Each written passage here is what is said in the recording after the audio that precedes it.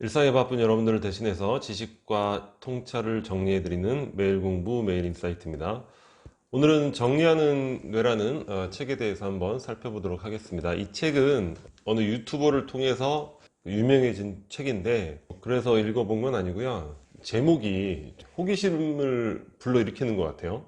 정리하는 뇌. 왠지 뭔가 유용성도 있을 것 같고, 그런 관점으로 한번 읽어봤는데, 책이 뭐 내용은 좋은 것 같긴 한데 분량이 너무 길어요. 그래서 읽는 것을 뭐 이렇게 추천해 드리는 건 아니고요. 하지만 내용은 꼭 한번 참고해 봐야 할 내용이 아닐까, 이렇게 생각이 듭니다. 자, 그러면 들어가 보겠습니다. 첫 번째, 한정된 뇌 용량. 우리는 우리 뇌의 그 용량이 의지에 따라서 무한정 사용할 수 있을 것처럼 막연히 느끼곤 하죠. 하지만 뇌의 용량은 정해져 있습니다. 어느 정도 사용을 하고 나면 더 이상은 사용을 할 수 없는 상태가 돼버리는 거예요. 근데 이거는 사실 당연한 얘기가 되겠죠. 우리가 뭐 심장을 1분에 예를 들어서 뭐 100번을 뛰는데 무한정 뭐 10,000번을 뛰라고 해서 뛸 수 있는 것이 아니듯이, 그러니까 신체의 능력이라는 거는 다 제한적이죠. 뇌도 마찬가지라는 거예요. 이 저자가 이제 볼펜과 펠트펜 예를 드는 거예요. 사용할 때 볼펜을 쓸까 펠트펜을 쓸까, 이 자체도 이제 뇌 용량을 사용하게 되는 거죠. 근데 또 볼펜을 쓰다 보면 안 나오는 거예요. 잉크가 안 나와. 또 스트레스 받는 거고. 근데 그럼 버려야 되는데 언젠가 또 나올지도 모르지 하면서 다시 또 넣어놔요. 이러한 것에 관련된 이제 실험을 한 내용이 있어요. 뭐냐면 볼펜 펠트펜처럼 별다른 의미 없는 결정을 연달아 내리게 하는 거예요. 피실험자에게 연달아서. 중요하지도 않은 거야.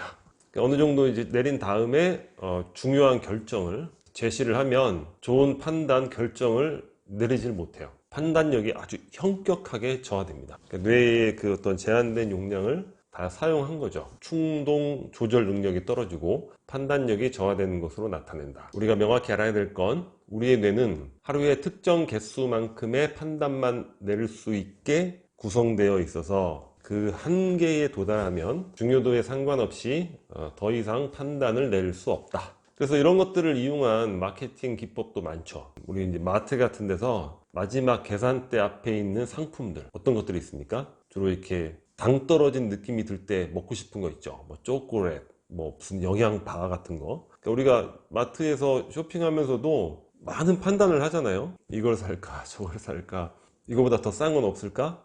뇌를 자꾸 사용하는 거죠. 나중에는 이제 판단력이 흐려져서 진열대에서는 그냥 아무거나 막 산다는 거예요. 그래서 이제 그 페이스북에 저커버그 같은 경우에는 매일 똑같은 옷을 입어요. 이유가 이러한 일로 자기의 뇌를 아침부터 수트를 입을까, 뭐 무얼 입을까, 뭐 넥타이는 무슨 색을 할까, 이런 걸로 불필요하게 뇌를 낭비하고 싶지 않다는 거죠. 스티브 잡스도 터틀넥하고 청바지인데 그런 이유로 맨날 그런 걸 입었는지 모르겠어요. 근데 저커버그는 그렇다고 합니다. 우리가 결정장애에 빠지고 선택장애에 빠지는 경우 많죠. 우스갯소리로 나는 결정장애야 뭐 이런 얘기를 하는데, 그게 아니라 아침에 눈을 뜨자마자부터 의미 없는 사소한 것들로 벌써 뇌를 소진했기 때문에 그래요. 아무 의미 없는데 청바지를 입을까, 뭐 양말을 무슨 색깔을 신을까, 신발은 여기 있는 10개 중에서 뭘 신을까, 아침은 뭘 먹을까, 커피를 마실까 말까, 자, 이런 것들로 뇌를 다 소진하기 때문에 우리가 결정적으로 중요한 순간에는 결정장애가 발생한다, 이렇게 보시면 될 것 같습니다. 자, 두 번째는 우리 뇌에 이제 이거는 뭐 인지과학에서 오랜 기간 동안의 연구 관찰을 통해 밝혀낸 거예요. 우리 뇌에는 주의 필터라는 게 있다는 거예요. 주의 필터. 그래서 이 주의 필터가 많은 일들, 여러 가지 일들 중에서 우리의 의식, 이제 용량이 정해져 있죠. 의식에게 어떤 것들을 보낼지, 그걸 필터가 아니고 걸러내는 거죠. 저는 그 프로이트, 뭐 이런 분들의 그 심리학, 정신 분석, 그 무의식의 세계가 나오잖아요. 그걸 이해를 못했어요, 사실은. 아니, 무의식이 무슨 뭐 이게 전체고 의식은 일부에 불과하다, 이해를 못했는데 이 책을 읽으면서 그 무의식을 이해할 수 있게 된 것 같아요. 그러니까 우리 신체 기관이 우리가 다 의식하면서 그 활동을 느끼는 건 아니잖아요. 심장이 뛰고 있는데 그걸 맨날 심장이 지금 뛰고 있네? 또 위가 이제 소화를 하고 있는데 그걸 매 순간 또는 주기적으로 위가 지금 움직이고 있네, 활동하고 있네, 이걸 우리가 인식하고 있는 건 아니죠. 뇌도 심장이나 위장과 같은 하나의 신체 기관이란 말이에요. 뇌도 활동을 그냥 계속 하고 있는 거예요. 이렇게 활동을 하고 있는 거죠. 우리가 활동해라, 활동해라, 네가 활동하는 걸 내가 의식하겠다, 그게 아니라 뇌 자체가 이제 심장이 뛰듯이 활동을 하고 있는 거고, 뇌의 구조 자체가 우리가 이제 집중해서 처리할 수 있는 그 에너지가 한정되어 있으니까 여러 가지 사물들 중에서 필터로 그걸 걸러낸다는 거죠. 예를 들면 그런 거예요. 운전하면서 모든 풍경들을 우리가 다 의식하진 않죠. 저기 뭐가 있고 저기 뭐가 있고 다 의식하진 않아요. 무의식 속에 딱 흘러가지고, 그죠? 하지만 그때 뭐가 돌출되는 게 있을 때, 그럴 때는 이제 주의 필터가 의식에 딱 보낸다는 거죠. 그건 나에게 위해를 가할 수 있는 거니까. 예를 들면 다람쥐의 뇌는 도토리, 뭡니까? 생존에 필요한 거죠. 포식자, 고양이나 뭐 이런 거 있잖아요. 그런 것들에 관련된 정보만 보낸다는 거. 거기에 집중해야 되잖아요. 생존을 위해서. 우리가 주의 필터를 좁혀 나가야 되는 거예요. 그래야지 우리 의식에서, 한정된 의식에서 처리할 수 있는 양이 정해져 있기 때문에 더욱 집중해서 처리를 할 수 있다는 거죠. 자, 보세요. 주의 필터라는 장치가 있다는 것은 그만큼 의식 영역에서 처리할 정보의 양이 한정되어 있다는 것이죠. 그래서 성공한 사람들의 특징이 뭐냐면, 이런 주의 필터라는, 자기 뇌 속에도 주의 필터가 있지만 아예 외부의 환경적으로 이 주의 필터 기능을 만들어 두는 거죠. 뭡니까? 비서, 보좌진, 매니저 등을 고용해서 무의식 속에 또는 자질구레한, 집중해서 처리하지 않아도 될 일을 맡김으로써 주의 필터를 좁히는 거예요. 예를 들면 자기의 스케줄을 관리한다는 거. 스케줄 관리 본인이 하려면 의식이 집중해야 되잖아. 오늘 3시에 뭐가 있었는데, 내일 모레 약속 절대 잊지 말아야지. 면담, 시작도 중요하지만 면담을 중단시켜 주는 것도. 똑똑, 저기 다음 스케줄 시간이 가까워서 면담을 끝나셔야 됩니다. 면담도 끝내주잖아요. 내가 거기에 의식을 어떻게 해서 이 면담을 끝내지 생각할 필요도 없는 거고. 청구서, 우리 일일이 청구서 하나 처리하는데 얼마나 많은 뇌의 에너지를 소비하겠어요. 지인 생일, 기념일, 열심히 내가 일을 해서 성공해야 되겠다, 그래서 열심히 일에만 집중을 하는데 집에 왔더니 그날이 이제 아내의 생일이었어. 죽는 거죠. 이제 열심히 일할 수도 있겠어요, 집에서 죽는데. 그래서 주의 필터를 좁히는 것. 우리는 아직 이제 성공해서 이런 작은 일들을 처리해 줄 대리인을 둘 수 없다면 본인이 그런 방법들을 현명하게 잘 구현하는 게 중요할 것 같아요. 다음은 멀티태스킹은 없다. 우리가 이제 흔히 멀티태스킹, 동시에 여러 가지 일을 하는 걸 뭐 능력의 상징인 것처럼, 특히 이제 이런 디지털화된 업무 환경에서는 필요한 업무 역량인 것처럼 여기는 경우가 많은데, 뇌의 구조와 능력상 멀티태스킹은 불가능하다. 연구 결과가 있습니다. 우리 뇌는 한 번에 한 가지 일에만 집중하도록 되어 있다는 거예요. 그래서 멀티태스킹은 뇌의 어떤 집중 시스템, 주의 시스템에 방해가 될 뿐이고, 우리가 가끔 그렇게 느끼는 경우가 있어요. 전화하면서, 스케줄 보면서, 뭐 누구한테 눈짓하면서, 메모하면서, 뭐 또 컴퓨터 엔터 치면서. 하지만 그거는 한 번에 하나씩 짧게 주의하면서 이동하는 것 뿐이라는 거예요. 그리고 집중하는 대상이 이동하는 거는 그 사이에서 주의력이 손실이 된다는 거예요. 이런 손실에 비용이 발생한다는 거. 그래서 우리가 멀티태스킹은 지양하는 것이 뇌를 효과적으로 사용하는데 필요하다, 그런 얘기죠. 특히 습관적인 휴대폰, 사실 별일이 없는데 굳이 이걸 이렇게 매번 계속 보고, 이렇게 아무 의미 없는데 보잖아요. 이런 것들, 대화하고 있는데 괜히 문자 온 거 이렇게 보면서 동시에 하고 있다고 여기겠지만 동시에 안 된다는 거예요. 그리고 그 사이에 뇌가 막 소진되고 있는 거예요. 원래 한 5시간 더 뇌가 유지될 걸 이제 한두 시간 이후에 이제 우리는 결정장애에 빠지겠죠. SNS 사용, 이런 걸 유의해야 된다. 자, 그래서 우리는 이제 뇌 용량을 항상 절약할 수 있는 방법을 궁리를 해야 되고 연구를 해야 되는데, 그 방법이 무엇이 있냐면, 선사시 때부터 인간이 그걸 위해서 개발해온, 습관화시켜온 방법 중에 하나가 이제 범주화라는 겁니다. 카테고리화. 그러니까 대상을 하나씩 개별적으로 인식하면 얼마나 많은 뇌를 사용해야 되겠어요. 이거 모기, 파리, 저건 무슨 장수해벌레, 뭐 저건 뭐 무슨, 이런 식으로 모든 벌레들을 하나씩 인식을 해야 된다면 거기에 또 많은 에너지를 소비해야 되겠죠. 그런 것들을 벌레라는 하나의 그 카테고리, 벌레라는 건 사실 존재하지 않지만 우리의 언어로 이제 하나의 카테고리화를 시키는 거죠. 인간관계도 마찬가지죠. 처음에는 나와 타인의 범주화를 했다가 혈연관계, 그래서 친척 관계를 명칭이라든가 이런 것들로 이제 규정하면서 카테고리화를 시키면서 관계에 대한 범주화를 하는 거고, 동식물 등 환경도 범주화를 하는 거야. 범주는 뭐 기능적으로 구분하는 경우도 있지만 위해성 여부로, 벌레도 이제 해충이 있고 뭐 그런 거 있잖아요, 그죠?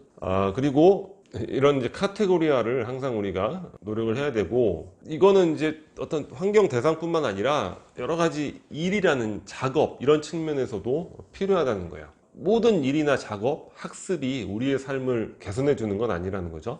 어떤 거는 우리를 개선해 주지만 어떤 거는 그냥 우리를 산만하게 만들 뿐이라는 거예요. 예를 들면 우편물, 이제 이 저자가 존경하는 그런 과거의 이제 상사, 어떤 한 분의 이제 습관인데, 우편물이 올 경우에 그냥 이렇게 쌓아놓어 보세요. 한번 우편물을 쌓아놓어 보시면 그거 쳐다보는 것조차도 머리가 아픕니다. 뇌의 용량을 소비하게 되는 거죠. 집에 그렇게 막 쌓아놓으신 분들 많죠. 언젠가 정리해야지. 그분은 오면 바로 정리를 한다는 거예요. 자, 당장 처리해야 되고, 당장.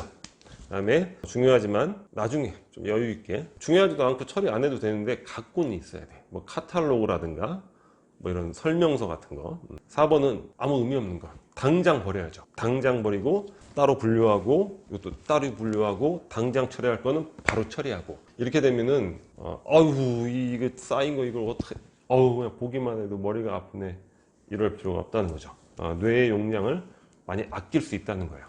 우편물도 카테고리화 하면서 많은 것들을 이렇게 할 수가 있는 거죠. 근데 이 범주화, 카테고리화는 성공과 매우 그 밀접한 상관관계가 있는 거예요. 자, 능동적 분류는 정신이 산만해지지 않도록 자신을 보호하는 강력한 방법으로 뇌 사용의 효율성을 높여준다. 좀 전에 말씀드렸죠? 정신이, 이거 언제, 이걸 다 어떻게, 산만해지잖아요. 나를 보호해주는 가장 강력한 방법이죠. 카테고리화는. 뇌 사용의 효율성을 높여준다는 거예요. 성공하는 사람들의 공통점이 이 범주화의 달인들이다. 성공하는 사람들은 유용한 지식과 쓸모없는 지식을 범주화하는데 전문가다. 매우 동의할 수 있는 내용이죠. 뭘 해도 좀 잘 못하고, 공부부터 시작해서 모든 업무도 그렇고, 보면 다 이런 사람들 아닙니까? 정리가 안 돼 있고 막 쌓여 있고, 뭐 얘기하면 그때 가서 이게 어딨나, 머리가 매일 늘 복잡한 거죠. 성공하는 사람들은 이런 카테고리와 범주화를 해낼 수 있는 수십 가지 방법을 고안해낸다는 거예요. 아이디어를 막 고안해내. 집에서, 차에서, 사무실에서, 모든 일상생활 속에서 이런 범주화, 그래서 뇌의 사용량을 줄이는 거죠. 집중할 수 있는 일에 전폭적으로 집중하기 위해서. 자, 이 범주화와 더불어 또 하나의 그 뇌 용량을 획기적으로 줄이는 방법이 있는데, 그게 무엇이냐? 외부화입니다. 뇌가 집중해야 될 것을 외부화로 하라는 거죠. 그게 구체적으로 뭐냐? 글로 적으라는 거예요. 해야 할 일을 머릿속에만 저장하고 있으면 나의 일부는 그 일에 주의를 기울여야 한다는 생각을 멈추지 못하기 때문에 스트레스를 유발하는 비생산적인 상황이 만들어지고 만다.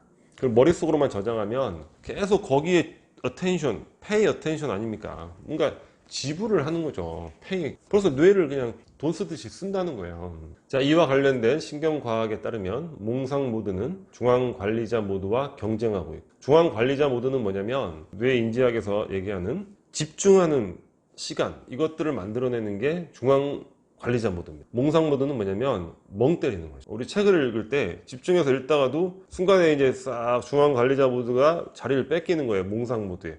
근데 멍 때리죠. 그러다가 여기까지 가는 거죠. 뭐 어떻게 해요? 다시 읽어야죠. 그때부터. 그 싸움에서 보통 기분과 관련된, 정서와 관련된 멍 때리는 몽상 모드가 승리한다. 자, 중앙관리자 모드가 승리하도록 하는 가장 신뢰할 만한 시스템이 바로 글로 적는 것이다. 기억의 외주화를 하는 거죠. 글로 쓰면서. 이게 중앙관리자 모두가 승리할 수 있도록 돕는다는 거예요. 뭐 책 읽다가 근데 내가 내일 뭘 하기로 중요한 일을 해야 3시에 해야 되는데, 이러다 보면 몽상 모드로 바뀌는 거예요. 성공하는 사람들은 기억을 떠올리게 도와주는 물리적 장치들을 고안함으로써 기억이라는 부담을 머리에서 환경으로 떠넘기는데 전문가다. 아까 말씀드렸죠? 성공하는 사람들 범주화의 달인. 또 뭡니까? 기억의 뇌에서 써야 될 것들의 외주화.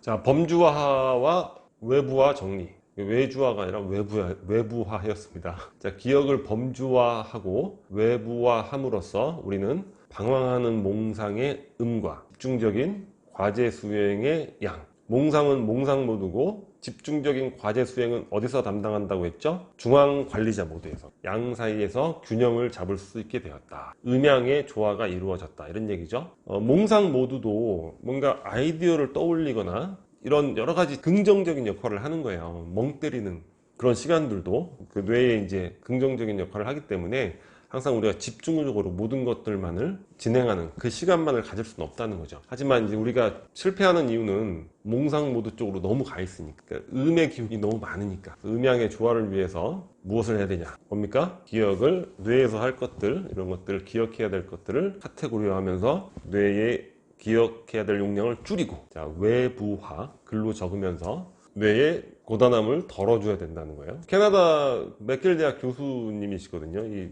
저자가. 하지만 동양 철학에 대한 내용을 응용을 하잖아요. 음양의 조화. 그리고 이제 아까 서양인들이 이렇게 동양적인 개념들, 철학들을 많이 이용한단 말이에요. 근데 제가 이 음양의 원리라는 영상을 이제 올렸었는데, 이걸 가지고 뭐 유사과학이니 뭐 이런 댓글이 올라와 있는 걸 제가 보고, 전 댓글 보고 이제 별로 신경도 안 쓰는데 충격을 받았어요. 아니, 왜 우리 것에 대한, 우리의 사유에 대해서 얘기하면 왜 이렇게 다들 부정적일까? 서양 사람들이 우리 걸 이용해 가지고 뭐 닐스 보어니, 라이프니츠니, 그죠? 아인슈타인이니 굉장히 좋은 것들을 계속 이렇게 아이디어를 만들고 창조하고 있는데, 우리는 우리 거를 너무 배척하지 않나, 이런 생각이 들었습니다. 그래서 이 문장, 주제에 해당하는 문장이면서 동양적인 방식을 이용했기 때문에 한번 소개하면서 이걸로 한번 전체 내용을, 책의 가장 중요한 내용을 정리를 해볼 수 있을 것 같습니다. 오늘 영상은 여기서 마치도록 하겠습니다. 여기 캐리커처가 구독 버튼이고요.